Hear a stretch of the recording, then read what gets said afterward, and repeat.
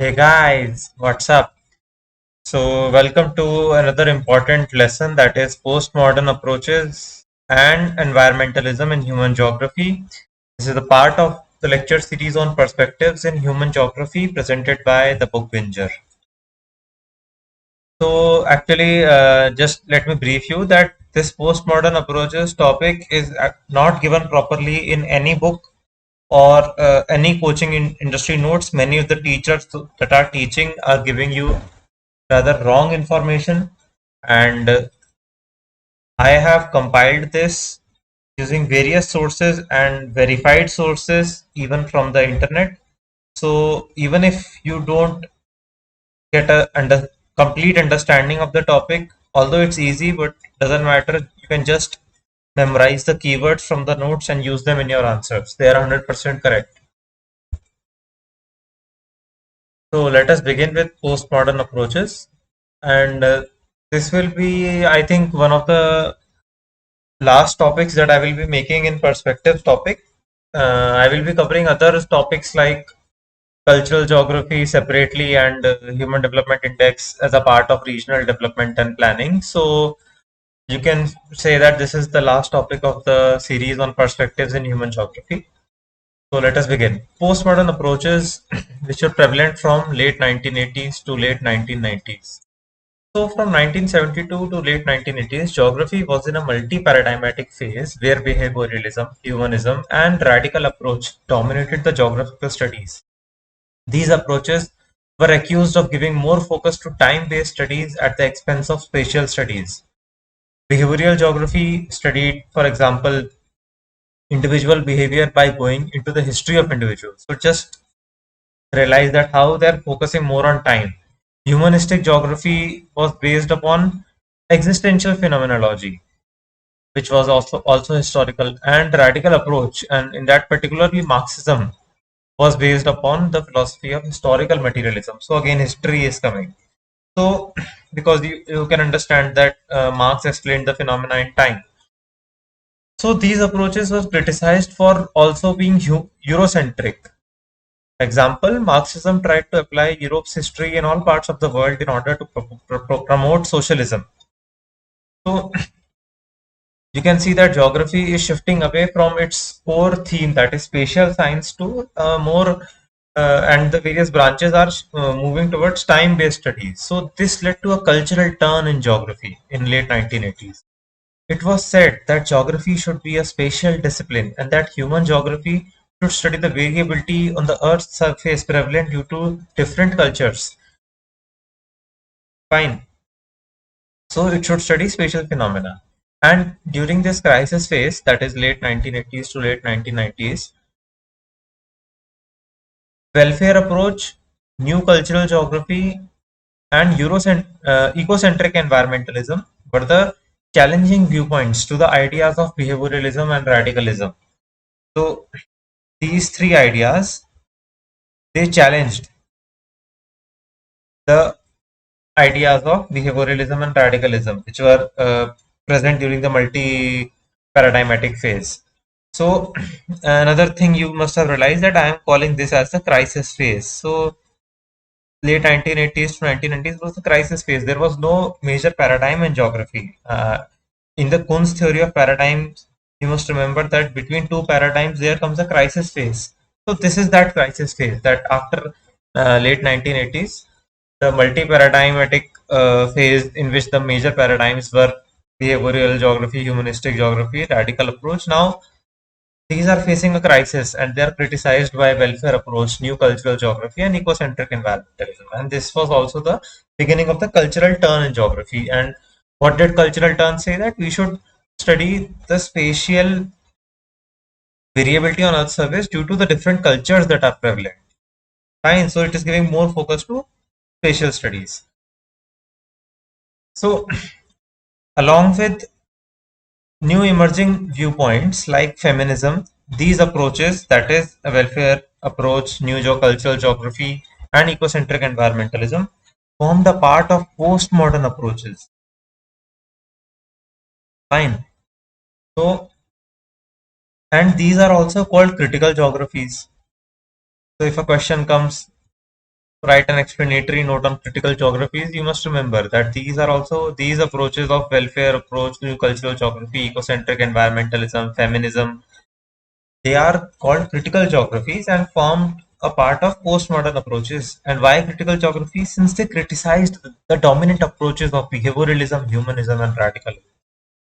Correct? So many new terms I have introduced, and they're quite simple to understand.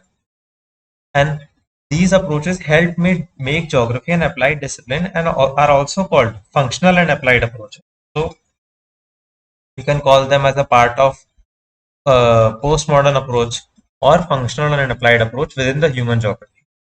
However, suggestions given by some of the approaches like ecocentric environmentalism were seen as impractical since it neglected socio-economic development and said that we must on protecting environment at any cost and socio-economic development takes a back seat. So you can understand that no country will accept this idea. Nobody will accept this idea. So continuing, during this crisis phase of late 80s to late 90s, no approach could dominate the geographical studies, and this was the crisis phase.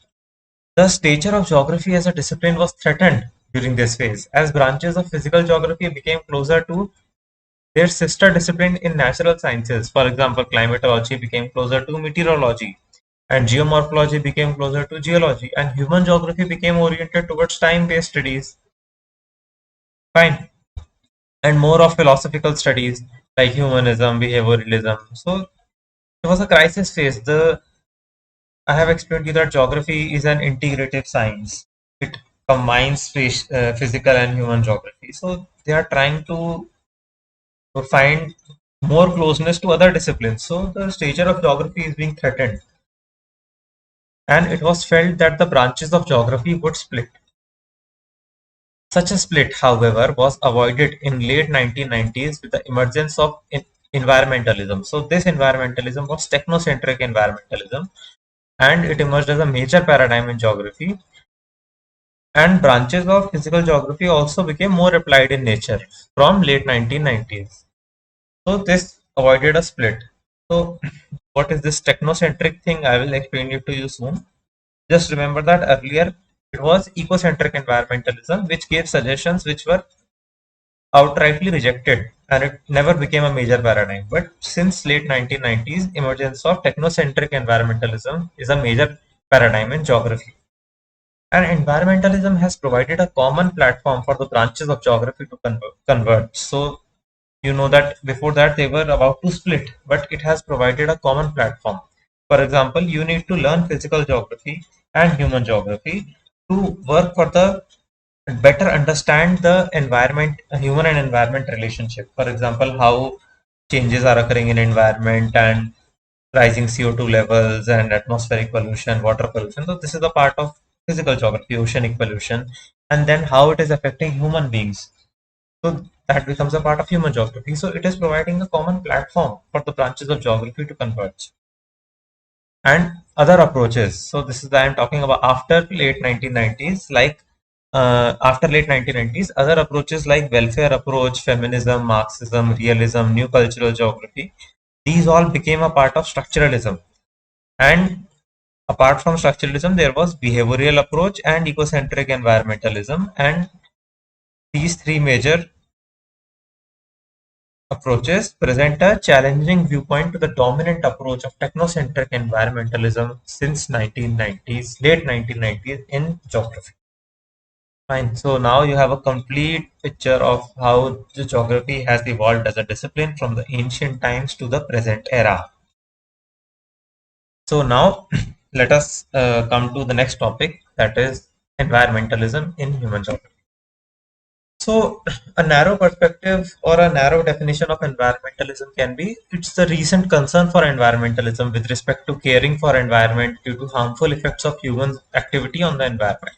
For example, recently humans after industrial revolution have polluted the environment so much that we are talking about environmentalism as the philosophy that encourages us to protect the environment from this damage. But this is a narrow definition or a narrow perspective. In broader terms, environmentalism is concerned with the study of human-environment relationship.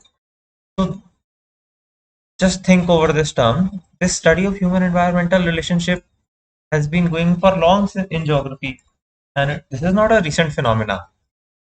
This particular concern for the environment after industrial revolution, this is a recent phenomena.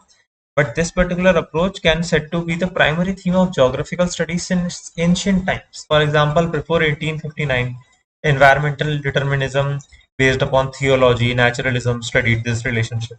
During the early modern period, the new and scientific environmental determinism of Ratzel studied this relationship. In the intermediate modern period, areal differentiation was guided by the environmental determinism.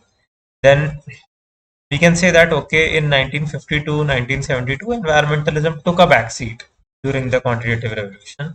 However, after late 1960s to late 1990s, there was rejuvenation of environmental determinism as ecocentric environmentalism as an approach within human geography. So this keyword rejuvenation is very important because earlier you can see till the intermediate modern period or before the Second World War, since the ancient times, this geography was concerned with the study of human environmental relationship. And during QR, this took a backseat. But after this, there was a rejuvenation. And rejuvenation was seen how? In the form of ecocentric environmentalism. So I will just explain these terms in detail, ecocentric, technocentric. And late 1919 onwards, technocentric environmentalism has emerged a main paradigm in geography. So if a question comes in, environmentalism has a long history in geography. So you can start from the early rather ancient period and just go slowly and trace the history of evolution of environmentalism. You can use the broader perspective. And if a question is directly focusing that how did the environmentalism emerge as a major paradigm in geography after the quantitative revolution? In that case, you have to focus on a narrow perspective that due to the problems of environment during the 20th century, there emerged a paradigm of environmentalism, and earlier it was ecocentric, then it changed to technocentric. So in this type of question, you use the narrow perspective. So based upon the question, you must decide which perspective to use. So technocentric environmentalism has emerged as a major paradigm in geographical studies since late 1990s after the crisis phase from late 1980s to late 1990s. So this should be 1980s. Then it is based upon the accommodationist principles and a possibilistic philosophy. How it is based upon these, I'll just explain it to you in the next slide. It will become very clear. And concepts like sustainable development, however, we can say that even after the development of technocentric environmentalism and the concepts like sustainable development, which we see today in today's paradigm, these concepts are leading to, one can say, so this can be the criticism of technocentric environmentalism, that concepts like sustainable development are leading to commodification of environment. And a prospective solution can be we should try to promote sustainable consumption. And the practices in the Eastern world, for example, sharing and reuse, can serve as a guiding light. So, what am I trying to say? That sustainable development is leading to commodification. For example, we are commodifying forests and we are commodifying even air. For example, we are doing carbon trading and so on and so forth. We are commodifying water. Water pricing is emerging. Payment for ecosystem services. These kind of concepts are emerging. So these are not anybody's property, and one can say criticize environmentalism as the sustainable development concept that it is leading to commodification of free resources and ubiquitous resources like air, water, land. So one can say that a solution can be that we should try to promote rather than sustainable development, sustainable consumption. And you can see that India, with its worse population resource ratio, has been doing it for long. For example, we share our products, we reuse our material. You go in the villages and you can see that they reuse each and everything, and it's a complete village economy. It's complete. It's a circular economy in itself, and they do not waste and do not throw anything. So this particular thing is will help to reduce the commodification, and This is the thing that is the need of the hour in today's time. These concepts like sustainable development can only set to benefit capitalists and they will keep on making profit and industries will keep on running. But if you reuse things and if you share things and adopt sustainable consumption, then automatically the pollution will reduce and it will be more beneficial for countries that have less resources like India. Fine. So, what are the factors which were responsible for the rise of environmentalism? So, here you can understand that rise of environmentalism. I am saying I mean that rise of environmentalism after quantitative revolution. That is the rejuvenation of environmentalism. So, here we are looking at a narrow perspective. Fine. So, in the social environment, we can use the same perspective that we have been using: social, academic, and geographical environment. Social environment, we can say that environmental degradation led to the emergence of movements after World War II, which led to the formation of United Nations Environment Program in 1972. Also, several NGOs focused on improving environment came into being, and the first Earth Summit was held in 1992. Then, in the academic environment, Rachel Carlson's Silent Spring highlighted the concerns about the impact of pesticides on ecosystem, and Limits to Growth report was developed and published in 1972. It presented a catastrophic future due to overexploitation of resources and rising population and pollution. And within the geographical environment, there was a rise of social relevance movement in 1960s, which included welfare approach, radical approach, and ecocentric environmentalism. Fine. So these were the factors that were responsible. And since the suggestions given by ecocentric environmentalism were seen as impractical, technocentric environmentalism emerged as a main paradigm in geography since late 1990s. So now let us come to the sub-approaches in contemporary environmentalism, and here we will use the Riordan's framework. So he has provided a very nice framework to study the approaches within the contemporary environmentalism. Fine, so just memorize this diagram. It's very easy. So environmentalism can be broadly divided into two parts, ecocentric and technocentric. So ecocentric approach says environmental con conservation is more important than socio-economic development. Fine. And technocentric approach says technological development is more important and the health of environment depends upon the technology being used. For example, you can improve the environment by using more sustainable technologies. So this is the broader difference. And they are further subdivided into two categories each. So let us go deeper into those categories. So talking about Gyanism, it says that the earth does not belong to us, rather we belong to the earth. And if humans don't care for the environment, then environment would survive, but without humans. So it is very self-explanatory that earth was present even before humans came and it will be present after humans are gone. So if you don't care, you will be gone, but earth will remain. So Gyanists believe that we must preserve nature even at the expense of socio-economic development, and if required, we must dismantle existing structures to protect nature, which is sacred. So what are these structures? These structures like capitalism, etc., which are causing the destruction, industries, polluting industries, which are causing destruction of the nature. So we must dismantle them to protect nature, which is considered sacred. So nature is sacred according to them. And this approach is seen today in the form of national parks, botanical gardens, in work done by NGOs like Greenpeace International. So here we are preserving the environment at the cost of socio-economic development. We declare a region as a national park or a biosphere reserve or a botanical garden and prevent any socio-economic development or infrastructure development at that place. So this approach is seen today in very few areas. Then another approach is the communist approach, and they take a softer stance than Gyanist and say that socio-economic development is also important, but argue that capitalism has led to the destruction of nature due to the loss of authentic view of place. So you must remember this authentic view of place. I had earlier in detail talked about it in the lesson on humanism. So this authentic view, as due to the loss of authentic view of place, people don't feel attached to nature, and this is leading to widespread destruction of nature to support socio-economic development. And it is a manifestation of capitalism. And they say that we must try to bring back the community feeling through decentralization.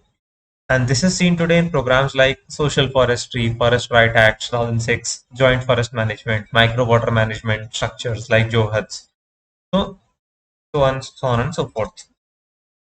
And another principle is the accommodationist principle. So first two are a part of ecocentric approach, and the next two will be part of the technocentric approach. The accommodationists believe that we need not sacrifice on socio-economic development to achieve environmental goals, and both can be done by progressively adopting more environment-friendly practices. And this is seen today in the energy policy of India. For example, we are still dependent on coal for majority of our energy requirements. That is more than 50% of electricity generation in India still happens through thermal plants. You can check. But the share of renewable resources in the energy mix is steadily increasing. So we are slowly adopting more environmental friendly practices. Fine, the promotion of electric vehicles is being done. For example, schemes like FAME2. So here in these type of questions, you can include contemporary aspects and examples from India, even paper one of geography. While conventional vehicle remain the mainstay of mobility, environmental impact assessment is there. Bharat Stage 6 is being introduced. So you can see that we are slowly adopting to more environmental friendly practices and using technology to do so. So it is a part of techno-centric approach. And one more thing is this concept of sustainable development. It has also come from accommodationist approach. Fine.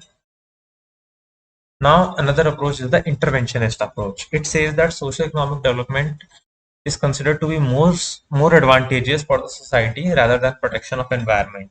They believe that exploitation of the environment will lead to crisis, which would provide an impetus for new technologies to develop. So, for example, at a later stage, if you don't care for the environment, it will lead to a crisis, and this will automatically provide a push to new technologies to develop, and it will be protected at a later stage. So try to understand the difference between accommodationism and interventionism. Accommodationists say slowly move forward by adopting more environmental friendly practices. And interventionists say don't worry about the environment, just focus on socio-economic development. However, it may lead to a crisis later at a later stage, and whenever that crisis comes, there will be a need that necessity is the mother of creation. Using that principle, they say that there will be a need to develop such new technologies, and it will automatically these new technologies will solve the problem of the environment at a later stage whenever they happen. For example, they say that deforestation leading to global warming would provide an impetus to techniques like carbon sequestration when the levels become unsustainable. And river interlinking project in India may be implemented in future when water scarcity magnifies. And for example, hydrogen fuel cell technology may get developed, and we may have only H2O as the byproduct when vehicles for vehicular traffic. So this is their principle. So guys, that is it for today. It was the pleasure teaching this particular topic to you, and I hope it will help you. Like, share, subscribe, and comment to spread the word. And that's it, guys. Thank you.